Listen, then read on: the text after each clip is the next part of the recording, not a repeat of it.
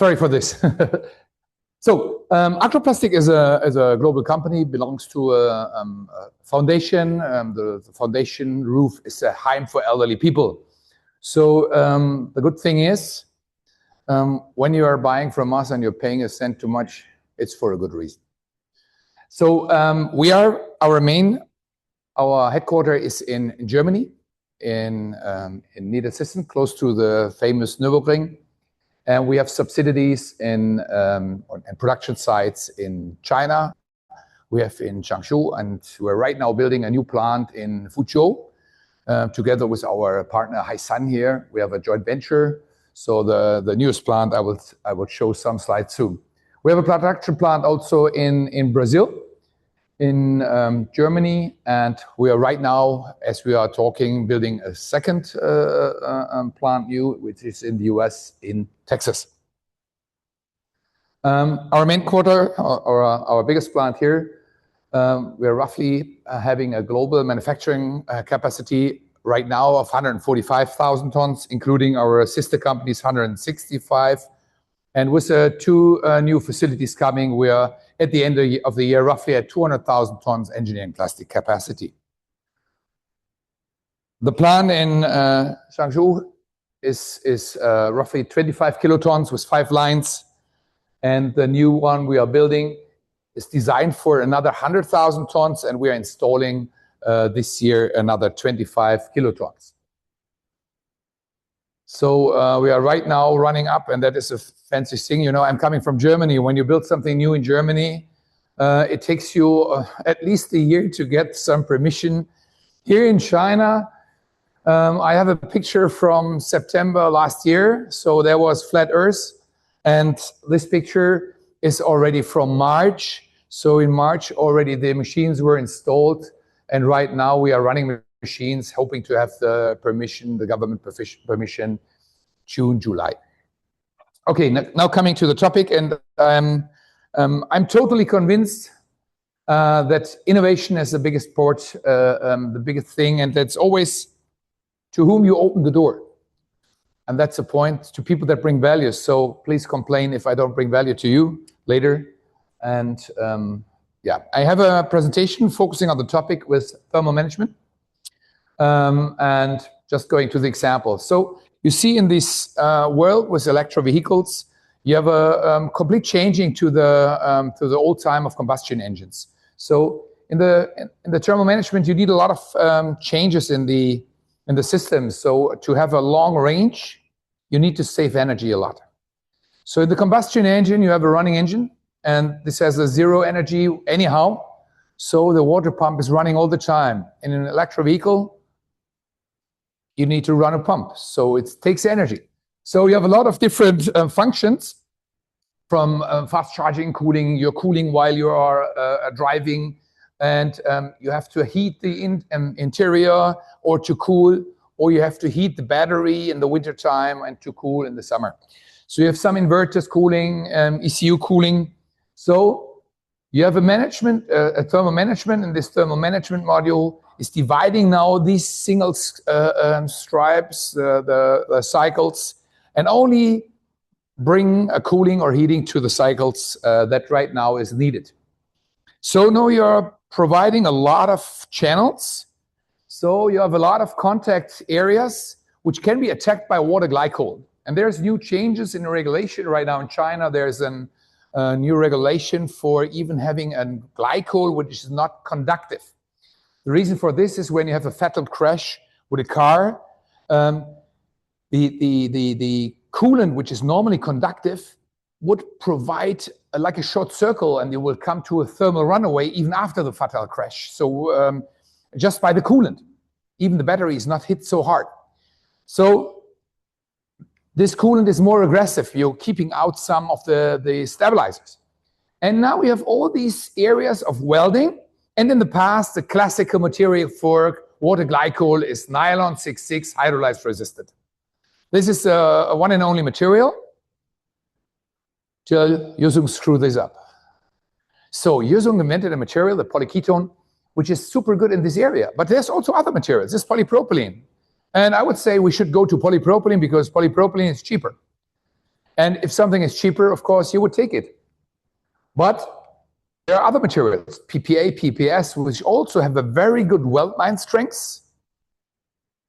But PA66 doesn't have the weld line strengths, it's only with a glass fiber. So when you have this welding in the weld line, you don't have a glass fiber, which is coming from the one to the other side. So this weld line breaks over time. So it's not impossible to have a weld line with nylon 66, GF30, HR, which lasts over a longer period. And this is the difference to the market till now. So the combustion engines are tested 3,000 hours.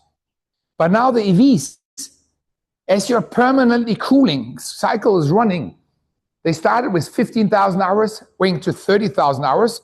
And now you have the first autonomous driving cars like a Waymo and others. They are running around the clock. So it means their request now for 45,000 hours running of cooling. And this is quite a lot. So even the good PP with this excellent chemical resistance is challenged. And I show you now why. When you compare, this is a worst test we have from our experience, it's a Volkswagen test. They are running at 135 degrees C. And in this cycle, it was G12 Evo. You see after 1,000 hours, you are passing the test. When your material starting at 300 megapascal is above 25 megapascal. And 25 megapascal is a strength you can break with your finger. So it's really not a lot. Polyketone after this, this high period is still providing an excellent mechanical strength of roughly 140 megapascal. So you in the first second you lose something and then you build up again. You see a slight cross-linking behavior in this environment. But what is the case? We're talking about welding. So with the welding, I took out the nylon 66 and took the PP in because the 66 will break before we have the first 500 hours. Here we made a test now. We made a weld line. So we double gated the bar and measured at room temperature weld line strength at elevated temperature for the EV.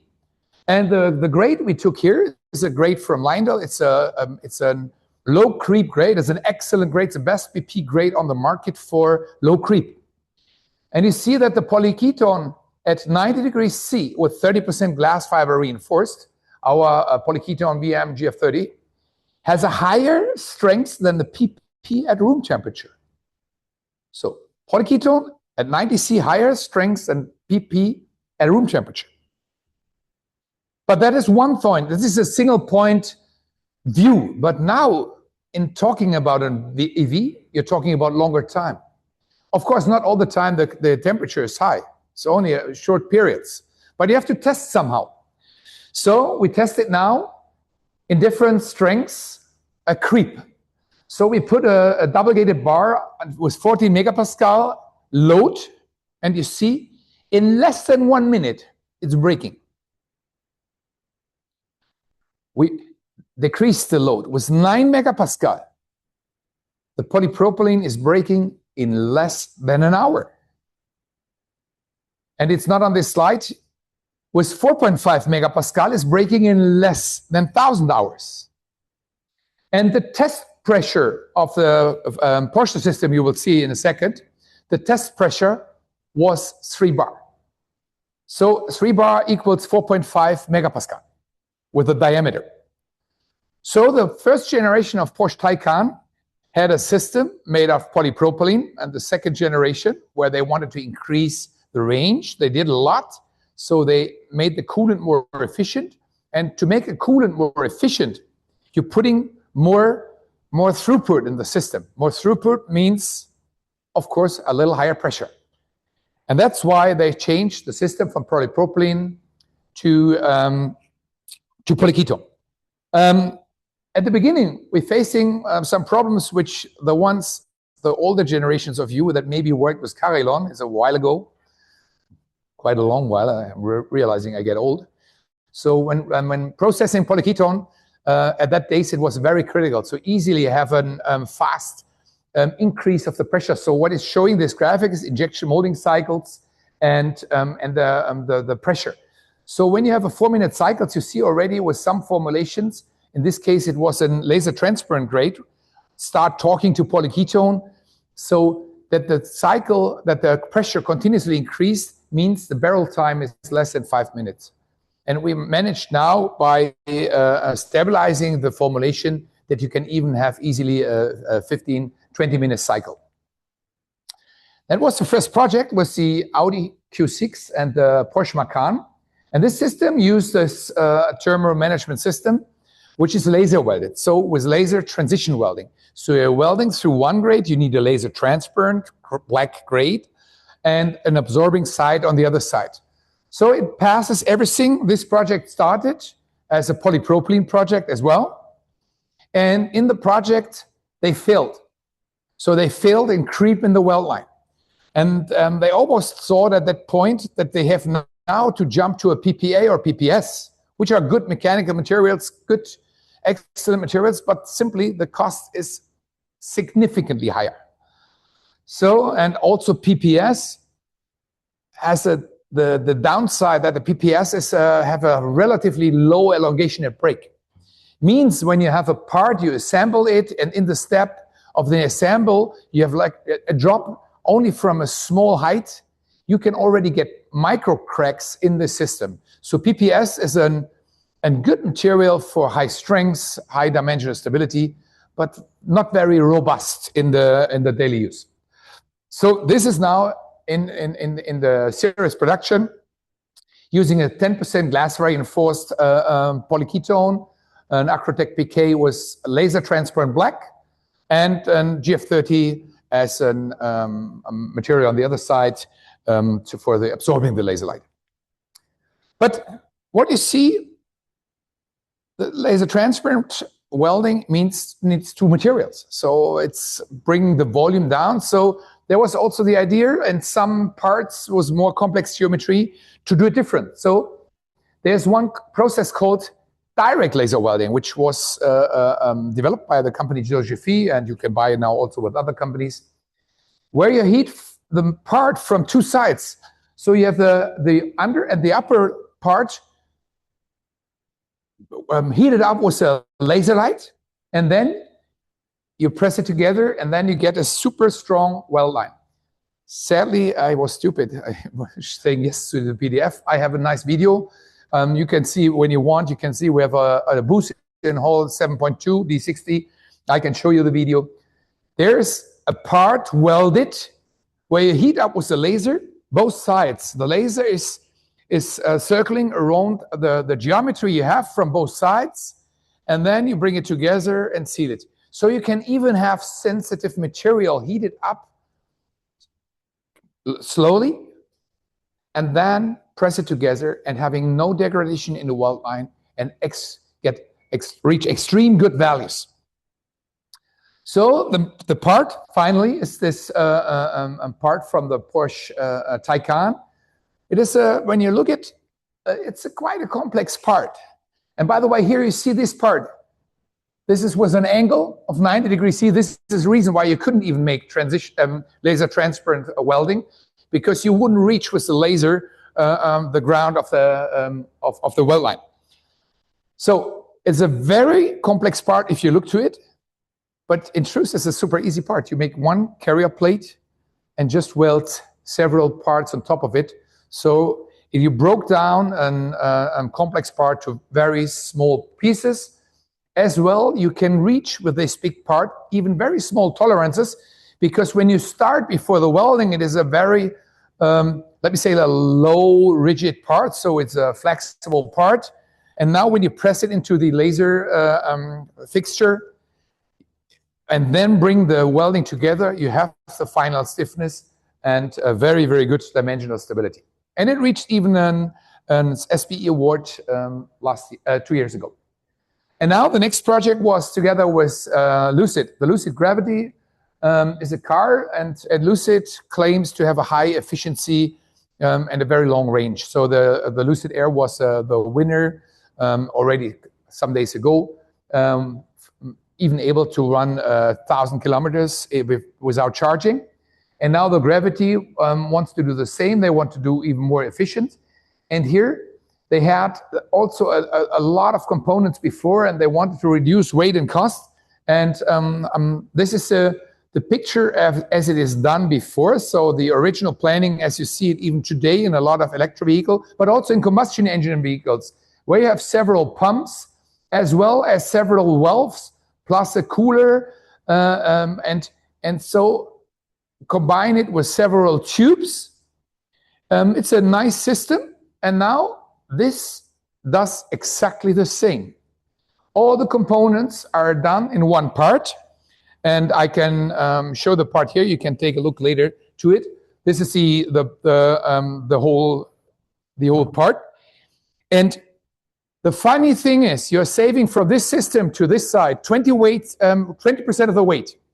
The total weight is 20% lower, and this number comes from Lucid directly. They say the cost is 20% down, 25% down.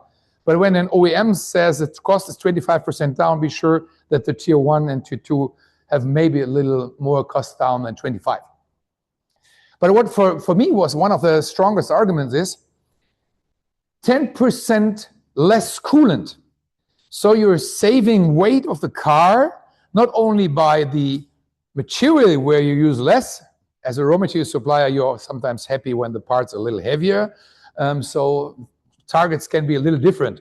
But you're saving coolant. So it means it can be the case when you're talking about a polypropylene. Back again, you could maybe do it with polypropylene. But it could also be the target, hey, let's make the channels a little tighter and saving even more weight. Then instead of making the channels wider and using polypropylene. So just think about, at the end of the day, it's a calculation, what's the best to do. And that was also a video which is sadly not running, but we have the live part here. And that was what I wanted to tell you today about the thermal management and POKETONE. Thank you.